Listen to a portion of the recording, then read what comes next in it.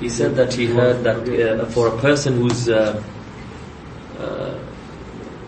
being the ruqya has been done to, that he should have the niyyah for the ruqya to be effective. Is he right? So if somebody is doing a ruqya on me, then I should have the niyyah that this ruqya that he's doing for me is for the cure, for it to be effective.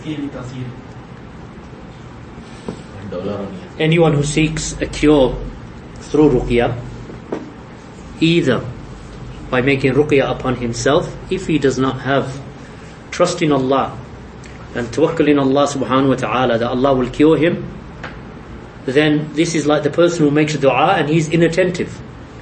That's why the Prophet sallallahu alaihi wasallam stated that that Allah will answer the dua of a person so long as he is attentive, meaning that he is, that he is paying attention to the dua that he is making. So no doubt, if a person is ghafil and negligent with regard to either the dua that is being said in front of him, like you find these people and they gather, someone's making dua, they all raising their hands like they do. It's bid'ah, of course. But when they make this dua al-ijtima'i, and he's got it there, he's talking to the man next to him. Where did you come from? Well, I came from work. And he says, Ameen. Right? Because they're hearing everyone else saying Ameen. This dua has no effect. Anyway, the dua is bid'ah. But the fact that a person is negligent because ruqya is what? Ruqya is seeking from Allah divine assistance and for Allah to cure that person. So if a person is just saying that a person is making ruqya upon me and then he doesn't care himself, alright, so he's now relying upon the piety of that person, making dua to Allah to cure him, and that is possible. Because you can make dua for a person in his absence and Allah can cure him.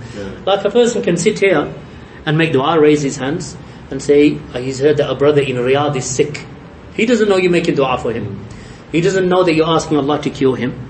But Allah may answer that dua because of you. Meaning that you've asked Allah sincerely in the last third of the night or whenever, and Allah answers the dua. However, a person, like the example that I gave, he's just, a person comes, you can make dua over me, I'm sick. So he makes dua and he's just having a cup of tea or smoking a cigarette and whatever. This type of ruqya is going to be, we don't say it's that the words of Allah aren't going to take an effect, or the ruqya of Allah is not going to, or the ruqya shar'iyya is not going to take an effect, but you have to understand, like Ibn Qayyim said, it is not the blade of the sword that is blunt, it is the arm that is weak. Right? So when you yield the sword, what's the sword here? It is the words of Allah. It can never be blunt. It's always sharp and it is effective. But the arm that lifts it is weak. So meaning that if the heart is weak and you're reading these words, just like the hadith of the Prophet ﷺ about the man who was on a long journey and he was dusty and disheveled after coming off a journey, and he raises his hands to the sky and he says, Rabbi, Rabbi, yet his food is haram, his drink is haram, his clothing is haram, and what he feeds himself with is haram. How will Allah answer his dua? So the problem is not with the calling upon Allah, because that is always strong and powerful, but the one who yields it, the heart that carries it, this is the weakness. This is why you find that those who have strong iman are more likely to be cured than the ones who have weak iman. The one who is possessed with, either with jinn or there is sihr upon him, he is more likely to be cured from that if his iman is strong. But if you're paying £200 to that person, like they do in the UK, a person will come to the house, they give him £200, and he'll say, right, I'll give you 4 ruqyas for £200. So he'll come once a week for about 20 minutes, recite upon him. This man, the man goes, he's still watching TV. He still listens to music. And he comes back after the 4th ruqya and he says, I'm still the same. He didn't work on my money back. Because this is quackery and what the Christians they do. I basically call the priest and he'll do everything and I can carry on living like I'm living. But anyway, paying for that type of ruqya is crooked and it's corrupt, as Shaykh Rabi'a and others have mentioned. They've just turned it into a business. If someone does ruqya and you wish to give him a gift, that's one thing. That's for saying, I will recite and I will make dua for you if you give me £200.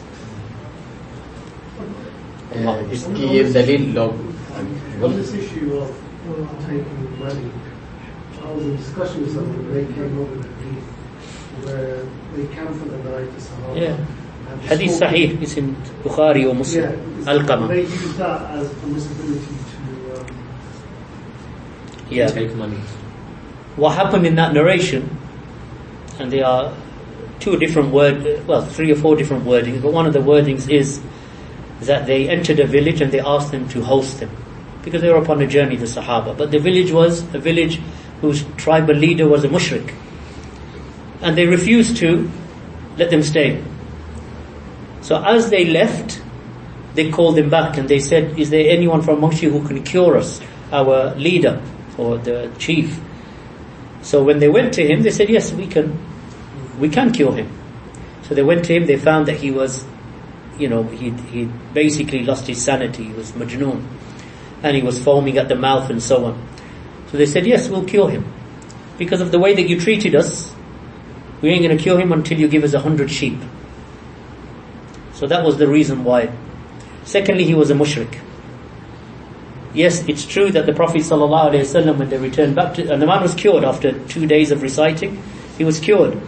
So, and they use Surah Al-Fatiha as the cure. That's why it's referred to as a shifa. But when they returned to the Prophet ﷺ, they asked him because they refused to, some of the companions said, "Maybe you shouldn't have done that." So they came to the Prophet ﷺ and the Prophet ﷺ smiled and he said, "Yes, keep it and give me a share." So the fact is that yes, in that situation it was done, but it was done for a reason. Shaykh al-Fawzan, Shaykh Rabi' and a group of the scholars say that this type of tijara is not good and it is not correct. Because here now we're talking about believers in need. A believer is in need. You're not talking about a mushrik who's turned you out of your village and he wants you to get lost, and now when he needs you, the mushrik, he calls you back. Which also proves, of course, that a ruqya can work on a mushrik.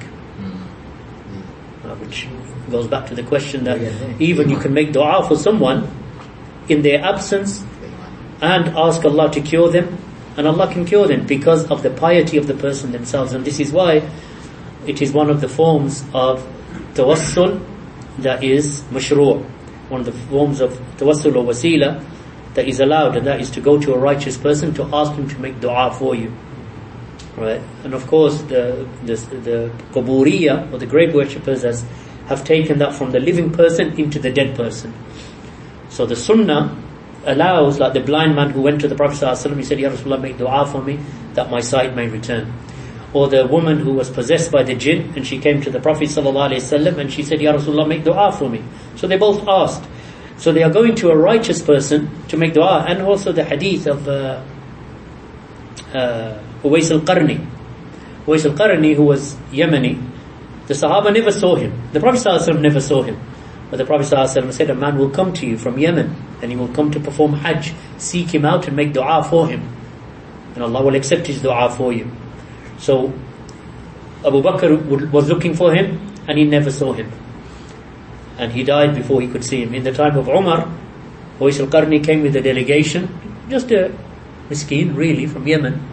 Miskeen in a praiseworthy sense, meaning that he wasn't rich, he wasn't wealthy, he wasn't a tribal leader, just a man.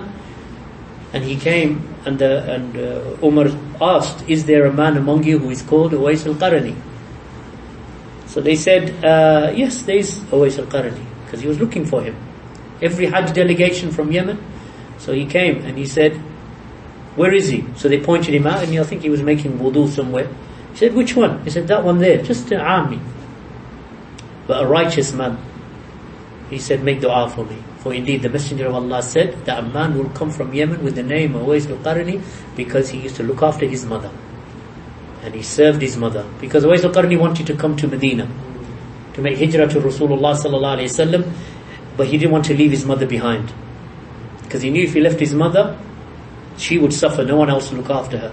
If he came to Medina to see them, he wanted to see the Messenger of Allah, but he couldn't. So he served his mother, served her and served her and served her, and by the time that she herself had passed away, Rasulullah sallallahu alaihi wasallam was already passed away, but Allah had revealed to the Prophet sallallahu alaihi wasallam. So here we have tawassul through a righteous man, even though Umar is better than him, of course, because Because Umar is a Sahabi.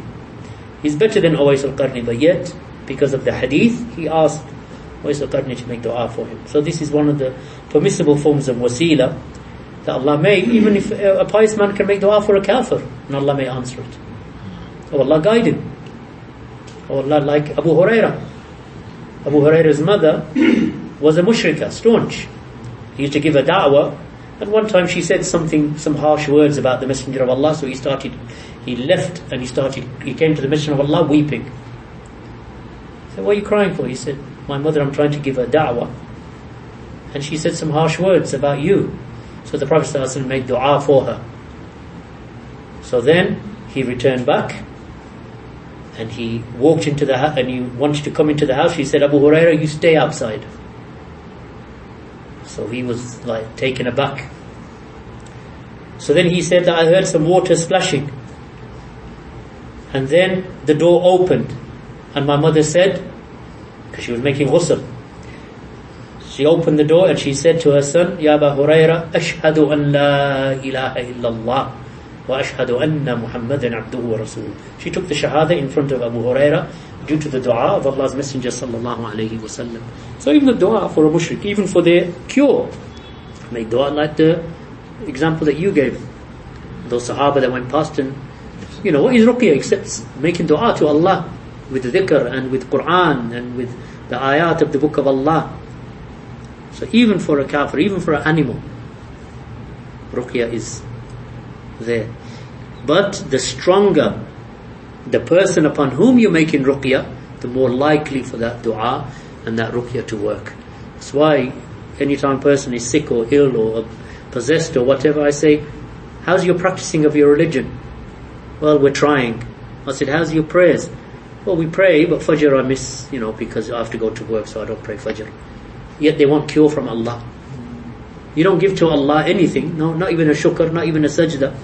You can't remove that quilt from your body in the morning because your sleep is more important than ibadah to Allah, but you want Allah to cure you. It doesn't work like that. The weaker you are, the weaker the effect of the Ruqya. Not the problem with the Ruqya, the problem is with your heart. So all of these things have to be taken into consideration. Wallahu a'lam.